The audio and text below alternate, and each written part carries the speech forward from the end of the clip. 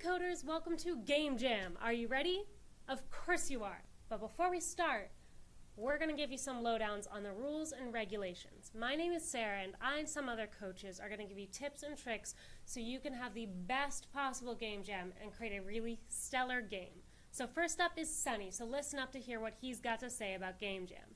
Hello everyone. In today's jam, you will be working with a partner. You two will be coding on one computer to create one epic game.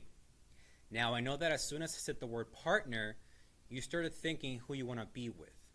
So before I go on, coach, help your team pair up and pause the video now.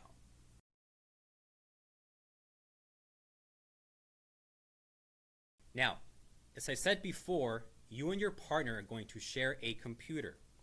You will be taking turns driving. That means that one person will be using the keyboard and the mouse at a time. And every 3 minutes, you're going to swap who's driving. So the other person will get the computer and then they will start typing. Your coach is going to have a timer, and every 3 minutes is going to go off so you know when to switch. Now remember, even if you're not driving, you still have to help your partner. For example, giving them ideas, making sure there are no typos, testing the game, etc. Now you're probably thinking about how you're going to get points. So here's Steven with more details. Let's talk about how to get points during Game Jam. There's actually 2 ways. One, bonus points. That means anyone who's a judge can walk around at any time and give you bonus points for either creativity or for teamwork. So be on the lookout for ways to be creative and to work well together as a team, because that's worth bonus points if your judges see it.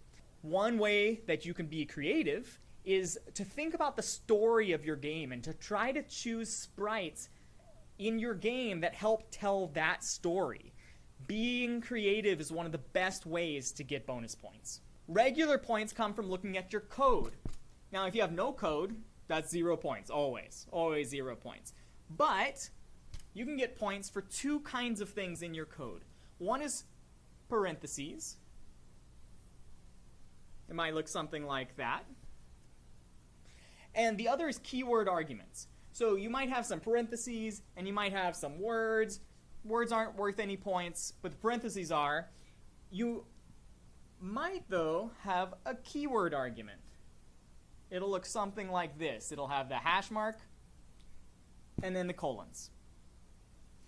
That's worth points too. So parentheses and the keywords. When you're finished with your game, you'll count all of those up, and that's how the judges will determine your official score. Then they'll add the bonus points on top of that, and that'll be your final score in Game Jam. So remember, parentheses and keyword arguments, those are worth points. And here's the most important thing. If your code doesn't run, you don't get those points.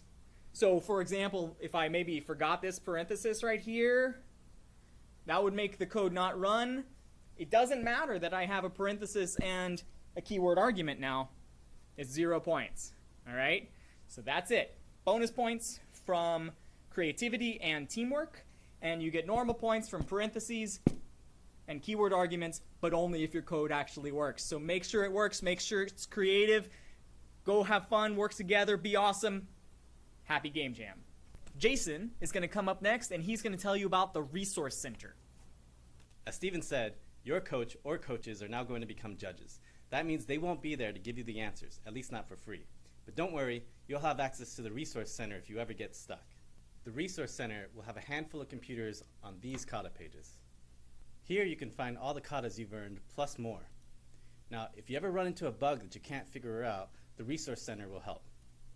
Now, in addition to all the correct code, you also have the assets library, which has tons of cool sprites that you can add to your game. A couple of rules for the Resource Center. Number 1, the computers need to stay at the Resource Center just like your computers need to stay at your stations. That means you can't grab the Resource Center computer and bring it over and copy all the code. Now, rule number 2, judges can at any time change the price of visiting the Resource Center. Now, it may be free at first, but the price might go up to $1 $, then $2, then $5. Now, if tons of people are using it all the time, the price should go up. Now, rule number 3, Judges can also instigate a time limit for each visit. Now that's all I have to say about the Resource Center, so here's Sarah again with some final tips. Wow, okay, so we're almost ready to get started with Game Jam, but first, I have one final piece of advice for you. So, as Steven says, you get 0 points for a code that does not run. So, you want to start small and test often. This is something all programmers learn, usually by making mistakes.